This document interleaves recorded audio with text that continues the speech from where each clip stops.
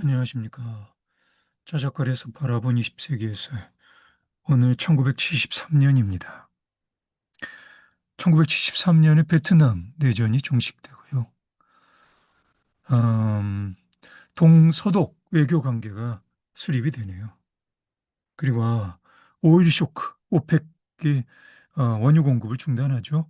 그래서 오일 쇼크로 세계가 고통받습니다. 칠레에서 피노체트가 군사 쿠데타를 일으켜서요. 아옌데 대통령이 살해됩니다. 그리고 1973년 미 연방 대법원이 낙태를 합법화하네요. 남아공 극작가이자 연출가 아톨 후가드는 흑인 연기자들 존 카니, 윈스턴 앵처나와 함께 즉흥적 공동 창작 방식으로 아일랜드라는 작품을 1972년에 그렇게 작업해서 단 한 번 남아공에서 비공개로 공연에 올리고요. 그리고는 바로 1973년에 영국으로 건너가서 런던 로얄 코트 티어터에서 공연합니다. 아, 시즈의 벤지는 죽었다라는 작품도 같은 방식으로 후가드와 카니와 앵초나가 작업해서 1972년에 남아공 케이프타운에서 무대에 올린 후에 1973년에 런던으로 건너가서 무대에 올려 큰 주목을 받아서요. 런던 티어터 크리틱스 어워드를 수상합니다. 그리고 1974년에는 미국 에디슨 티어터에서 이 두 작품을 레퍼토리 형식으로 공연에 올려서 그래서 카니와 앵초나는 공동으로 토니 상 시상식에서 최우수 연기상을 수상하죠. 그리고 이 두 작품은 우리나라를 포함해서 세계 여러 나라들에서 공연돼서 남아공의 현실을 세상에 알리는 데 큰 역할을 한 그런 작품들입니다. 1973년 미국의 미술가 로버트 스미스슨이 세상을 떠납니다. 스미스는 텍사스 에머릴로 지역에서 대지예술 작업을 위해 비행기를 타고 지형을 살펴보던 중에 비행기가 추락해서 사망합니다. 대지예술이라 하면 1960년대 후반 미국을 중심으로 등장한 비유하자면 휘포로와 쉬루파스 그러니까 지구를 틀로 그리고 대지를 화폭으로 삼아 작업하는 이를테면 토목 작업 성격의 대규모 예술 작업을 의미합니다. 미국은 땅덩어리가 커서요.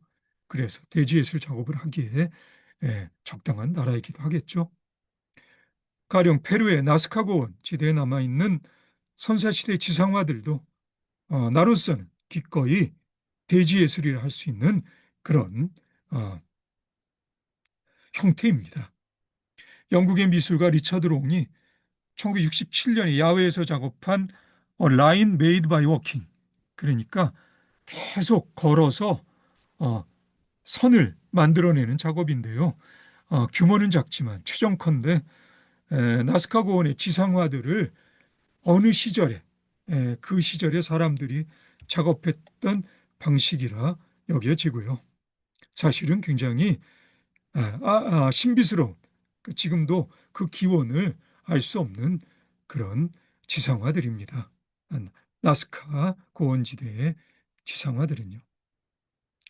스미스는 1968년 어스워크스라는 제목의 전시회를 뉴욕에서 개최합니다. 그래서 자신을 포함해서 마이클 하이저, 월트 드 마리아, 데니스 오펜하임 14명의 작가들 작품을 전시하죠. 어스워크라 하면 토목공사를 의미하기도 하겠지만 풍화작용과 같이 시간이 흘러감에 따라 지구 자체가 지구에 일으키는 작용을 의미하기도 합니다.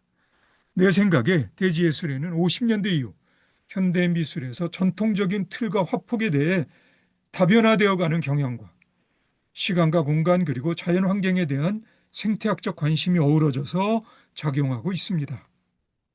시간이 지날수록 상업주의적 자본에 잠식되어가는 미술관이라 닫힌 공간과 미술계라고 하는 제도적 권력으로부터 벗어나고자 하는 미술가들의 고민이 느껴질 법도 하겠지만 사실 저작거리 보통 사람인 나로서는 아직 대지예술이라는 이런 이 표현 형식과 그리고 이러한 미술관이란 닫힌 공간, 미술계라는 제도권적 권력에서 벗어나고자 하는 고민, 상관관계를 아직 나로서는 확신할 수는 없습니다. 어쨌든 1969년 2월 이런 취지로 코넬 대학교의 허버트 존슨 미술관이 미국 미술가들 중에서 처음으로 어스 아트라는 이름으로 전시회를 개최했다고 합니다. 1968년 어스웍스 전시회에서 스미스는 영마름모꼴로 설치된 크기가 다른 5개의 여물통 안에 돌덩어리들을 채워놓은 논사이트라는 작품을 발표합니다. 이 돌덩어리들은 뉴저지주의 프랭클린이라는 곳에서 가져온 것으로 그 현장을 찍은 5장의 사진이 마르모꼴로 벽에 걸려 있고요. 그러니까 논사이트란 제목은 이 돌들이 현장을 떠나 미술관에 위치하고 있는 현실을 말하는 장치라 할 수 있겠네요.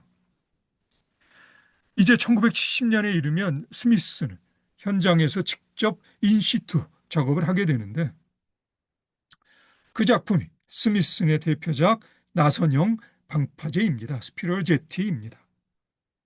어쩌면 현장에 있으면 다를 수도 있겠지만 현장에 있어 본 적이 없는 지금으로서 나는 솔직히 아직 사진만으로는 별다른 감흥이 없습니다.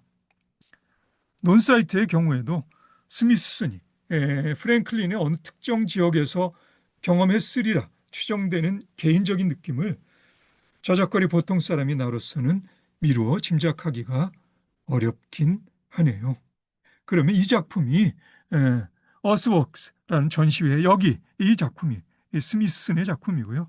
이 작품은 로버트 모리스가 흙이라든지 펠트천이라든지 이런 거를 퍼와서 설치한 그런 작품이에요. 근데 다른 전시에서의 형태를 보실래요? 68년에 같은 모티브의 다른 전시에서의 전시회 사진입니다.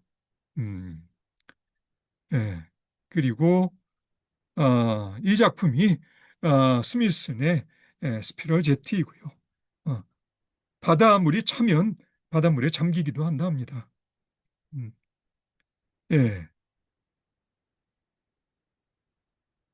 자, 이 작품은 이제 곧 얘기하겠습니다. 반면에 월터드 마리아의 1977년 작품 번개치는 들판은 현장이 없어도 그 장관을 짐작할 수는 있을 것 같아요.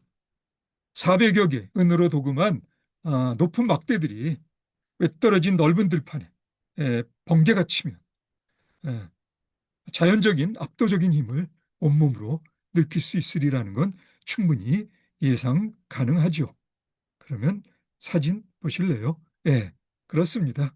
이 은으로 도금한 막대들의 이 광활한 벌판에 번개가 치는 그런 밤을 한번 생각해 보십시오. 굉장히 전율적인 그런 경험, 일이라는 거를 충분히 예상할 수 있겠죠. 일이라는 걸. 사실 대지예술 초기부터 이런저런 이유들로 인해 대지예술적 경향의 작업들이 데니스 오펜하임의 경우처럼 사진에 의존해서거나 아니면 작은 규모로 축소되어 미술관으로 들어오거나 하게 되는 반면 도시적 환경에서 동떨어진 외진 공간이 아니더라도 마이클 하우저의 작업처럼 특정 공간에 적합한 방식으로 구축된 사이트 스페시픽 경향의 그런 공공미술적 작업으로 대지예술적 효과를 거두는 작품들도 있고요.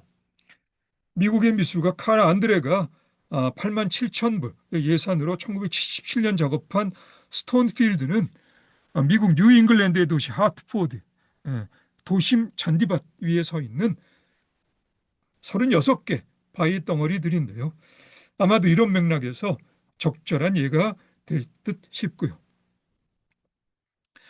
스미스 동료이자 부인인 낸시 홀트는 대지예술을 1984년 다크 스타 포 파크나 2008년 스카이 마운드 같은 작업들을 통해 도시적 공간의 별자리와 같은 천체 경험과 연관된 친환경적 대기권을 조성하는 환경예술적 경향의 작업들로 전개시킵니다. 실제로 남편 스미스슨과 함께 작업한 1970년 나선형 방파제 같은 작업에도 원유 시추 등으로 인한 자연 파괴에 대한 경고의 의미가 내포되어 있는 것으로 알고 있습니다. 그러면 사진 잠깐 볼까요? 에, 이 작업이 데니스 오펜하임 1968년 나이테라는 작업인데요. 이 지점이 미국과 캐나다의 국경선 경계 지점이라 합니다. 그래 사진으로 남아있는 그런 이 작업이고요. 아니면 이거는 실제로 데드도 크릭이라는 곳에서 점프했던 그 흔적을 이렇게 전시공간 안으로 가져온 그런 작품입니다. 예, 데니스 오펜하임의 1970년 작업이에요. 그리고 이런 작업들이 이제 마이클 하이저 한 작업인데요. 도시의 공원입니다. 공원에 나로서는 설치 미술적 성격이 강한데요. 여기 떨어져 있는 서로 마주서고 있는 아니 위에 올라 있는 그런 바위들을 설치한 작업이고요. 다분히 설치 예술적 경향의 작업들이라 할 수 있고요. 이건 미술관 에, 에, 에, 설치되어 있는 바위 덩어리 작업입니다. 대지 예술적 경향이 있으면서도 설치 예술의 특징이 강한 그런 작품들이죠. 칼 안드레 스톤필드입니다. 그래 도심 한복판에 이렇게 바위들이 거대한 바위들이 이렇게 설치되어 있어요. 그리고 이 작업이 다크스타 파크라고 하는 낸시 홀트의 작업인데요. 이렇게 폴들도 서 있어요. 그래서 햇빛에 따라 그림자들이 만들어지고요. 그렇게 디자인된 그런 작업들입니다. 이 작업은 스카이 마운드인데요. 완성되지는 않았다 합니다. 이런 작업들입니다. 자, 다시 텍스트로 가겠습니다. 미술사 쪽으로 예술의 친환경적 관심은 1969년을 기점으로 본격적으로 생태미술로 전개됩니다. 뉴욕의 존 깁슨 화랑에서는 전시회 에콜로직 아트가 개최되고요. 스미슨, 오펜하임, 로버트 모리스, 카라 안드레, 리차드 롱 그리고 앞에서 누보 레알리즘 다룰 때 잠깐 소개했던 크리스토 등이 참여하는데 저작거리 보통 사람인 나로서도 생태미술의 중요성은 앞으로도 날이 갈수록 중요해질 거라고 생각합니다. 크리스토는 부인 잔 클로드와 함께 누보 레알리즘에 참여하던 초기 사물들을 포장하는 작업을 시작하는데 처음엔 책, 오토바이 그리고 점점 규모가 확대돼서 다리, 건물 등을 포장하고요. 동시에 자연으로 나아가 거대한 스케일의 장막을 두르는 작업에 착수합니다. 1972년부터 76년까지 기획에서 실행에 이르기까지 5년여가 걸려 미국 캘리포니아 광활한 초원지대에 세운 러닝 펜스는 40킬로에 달하는 흰 나일론 천을 펜스에 세워 장막처럼 두른 작업으로 200만 불이 들었다 합니다. 그리고 14일 만에 철거되어 들어간 자재들은 땅 소유자들에게 넘어가고요. 그리고 1980년에서 1983년에 걸쳐 연루된 온갖 문제들을 해결해가며 마이애미 앞바다에 11개의 작은 섬들을 핑크빛 천으로 감싸는 서라운디드 아일랜드 작업을 시도하는데 이 부분은 70년대 동서 베를린을 가로막고 있는 장벽 천으로 감싸는 프로젝트를 기획했다고도 합니다. 어쩌면 이러한 작업들의 정치 생태학적 의미가 내포되어 있을지도 모르겠다고 짐작은 해보지만 저작거리 보통 사람인 나로서는 이러한 작업의 스케일은 단순한 생태학적 의미에서도 감당하기 어려울 정도입니다. 인터넷에서 누군가가 정리해놓은 생태학적 예술의 역할을 다시 내 나름대로 간략하게 정리해보면 다음과 같습니다. 예, 이 부분은 시간 관계로 텍스트로 해서 영상 아래에 올려드리겠습니다. 그럼 오늘은 여기까지 하겠습니다. 사진도 다음에 다시 보도록 하죠. 오늘도 수고 많으셨습니다. 그럼 다음에 다시 봅시다.